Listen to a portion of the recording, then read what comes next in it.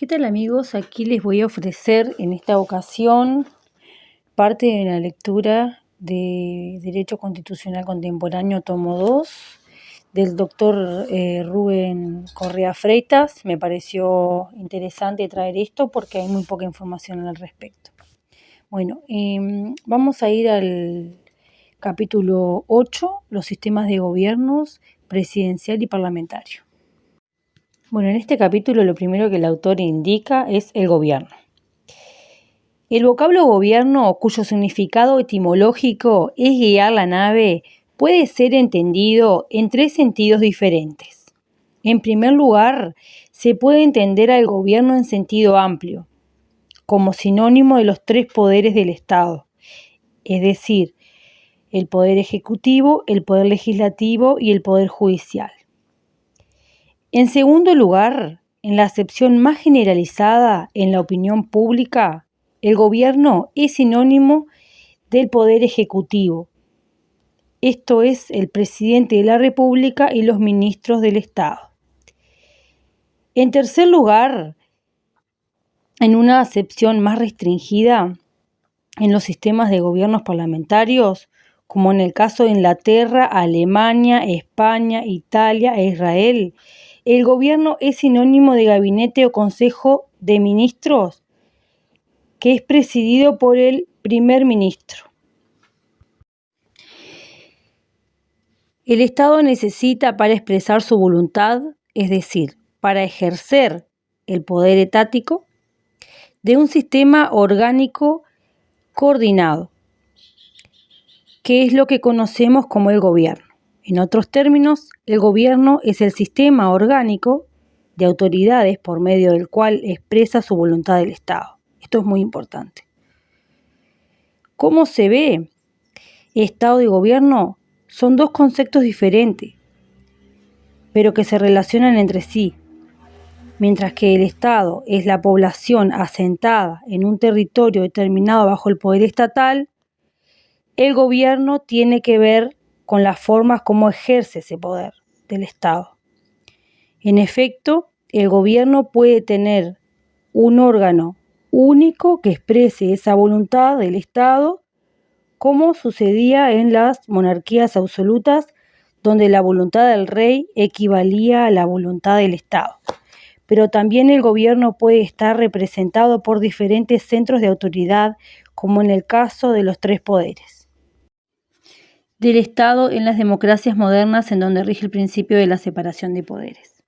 En la doctrina uruguaya, Jiménez de Aréchaga, el tercero de los Aréchaga, ha dado una definición descriptiva del concepto de gobierno que resulta sumamente útil para poder comprender el alcance y el sentido de esta expresión. En tal sentido, expresa que el gobierno es el sistema orgánico de autoridades a través del cual se expresa el poder del Estado, creando, afirmando y desenvolviendo el orden jurídico. Esta definición el autor la divide en cuatro partes fundamentales. A. Sistema orgánico de autoridades. B. Sistema de autoridades. C. Expresa el poder del Estado. D. Creando, afirmando y desenvolviendo el orden jurídico. Bueno, y aquí voy a extraer lo más importante sobre el concepto de gobierno y las tres acepciones del mismo. A. En sentido amplio, el gobierno comprende a los tres poderes del Estado, es decir, al poder legislativo, el poder ejecutivo y el poder judicial. En el caso de nuestro país, debe agregarse los tres órganos de creación constitucional. Con esto es la Corte Electoral, el Tribunal de Cuentas y el Tribunal de lo Contencioso y Administrativo. B. En sentido estricto, el gobierno puede entenderse como sinónimo de poder ejecutivo. En la Constitución de la República, el poder ejecutivo está a cargo del presidente de la República, con un Consejo de Ministros.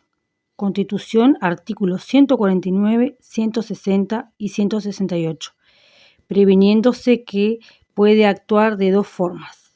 acuerdo del presidente de la República con uno o varios ministros, o en acuerdo con el presidente de la República con el Consejo de Ministros. C. En sentido aún más restringido, en los sistemas de gobierno parlamentario, como en el caso de Inglaterra, Alemania, Italia, España, Israel, el gobierno es el primer ministro y su gabinete o consejo de ministros. De ahí la expresión común de que cuando se afirma que hay crisis del gobierno o que cuando cayó, se está refiriendo al primer ministro en Inglaterra, Italia, Israel, al canciller federal en el caso de Alemania y presidente del gobierno de España. Siguiendo con la lectura, en la página 24, el gobierno parlamentario corresponde precisar que en la doctrina constitucionalista se distingue entre el gobierno presidencial, gobierno parlamentario y el gobierno convencional, congresional o de asamblea, tomando en cuenta como criterio para esta clasificación las formas de gobierno, las relaciones entre el poder legislativo y el poder ejecutivo, es decir, los poderes políticos. Como se sabe, el típico gobierno presidencial es el de Estados Unidos de América y el ejemplo más notable del gobierno parlamentario de Inglaterra. Y el ejemplo del gobierno convencional es el caso de la Confederación Helvética, es decir, Suiza. El gobierno presidencial se caracteriza por una separación tajante de los poderes políticos, es decir, del poder legislativo y del poder ejecutivo, como un presidente de la República que es a la vez el jefe de Estado y jefe de gobierno, que tiene ministros que son meros secretarios, que no son responsables políticamente ante el Parlamento, que no pueden ser censurados y el presidente a su vez tampoco puede disolver el Parlamento. El gobierno parlamentario se caracteriza por la colaboración de los poderes políticos, habiendo una separación entre la jefatura de Estado, a cargo de la corona en monarquías y de la presidencia de la República en los sistemas republicanos, y la jefatura de gobierno a cargo del primer ministro. Los ministros son responsables políticamente ante el Parlamento, por lo que pueden ser censurados por sus actos de administración o de gobierno, lo que los obliga a presentar renuncia. A su vez, el primer ministro puede pedir al jefe de Estado que disuelva el Parlamento y que convoque a nuevas elecciones parlamentarias. Como se ve el enfrentamiento entre los poderes políticos, la crisis planteada será resuelta en definitiva por la ciudadanía. Finalmente, el gobierno convencional, que surge del modelo suizo, se caracteriza por el hecho de que el gobierno es elegido por el Congreso. En caso de discrepancia entre la orientación política del poder legislativo y el poder ejecutivo, no hay censura parlamentaria, sino que los miembros del poder ejecutivo están obligados a aceptar y a cumplir lo que resuelva la mayoría del Parlamento. Ahora voy a dar un punteo del gobierno presidencial.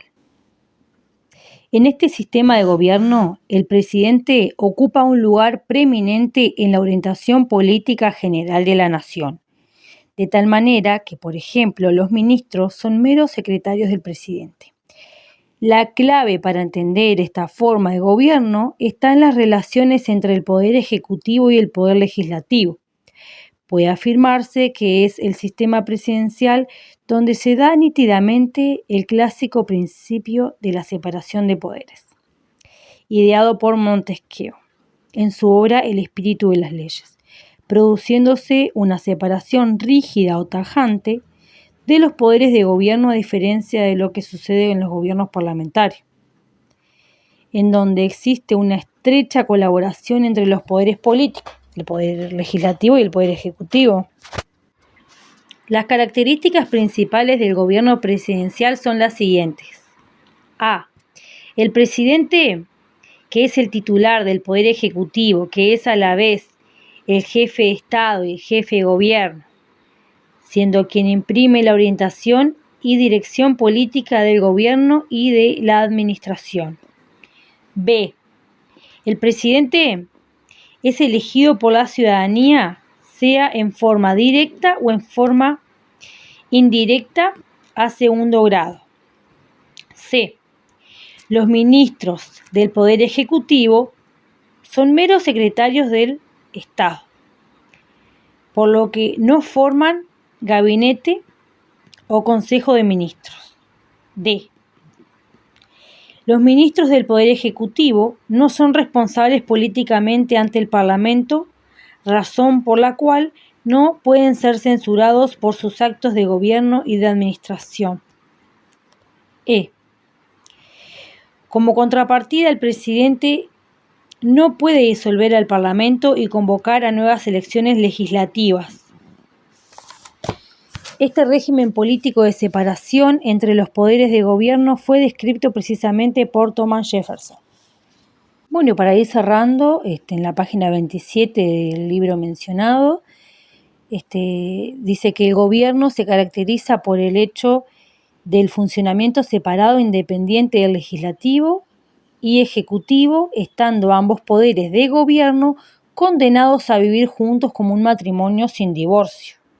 Bueno, para finalizar quiero hacer una breve descripción del autor Rubén Correa Freitas, porque cuando estuve estudiando Derecho Constitucional nadie habló sobre eso, solo hablaron de Corseñac y de Correa, pero por arriba era mucho Corseñac lo que se daba. Yo realmente personalmente este libro lo amé, lo entendí, me encantó.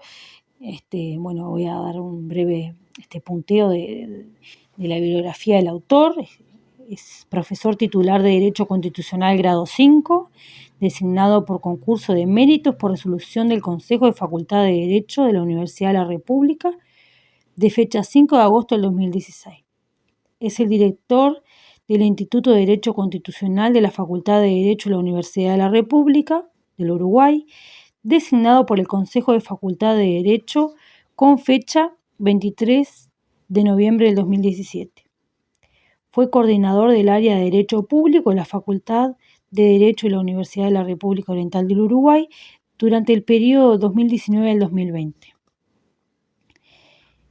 Es consejero suplente del Consejo de la Facultad de Derecho de la Universidad de la República Oriental del Uruguay, periodo 2018 al 2022. Fue decano de la Facultad de Ciencias Jurídicas de la Universidad de la Empresa entre el 2005 y 2017. Es profesor titular de Derecho Constitucional desde el año 2000 en la Facultad de Ciencias Jurídicas UDE. Fue profesor titular de Derecho Constitucional y Derecho Administrativo en la Escuela Nacional de Policía desde el 2001 al 2015. Realmente recomiendo este libro, lo amé y bueno, si lo llega a ver el doctor, encantada de leer tu libro.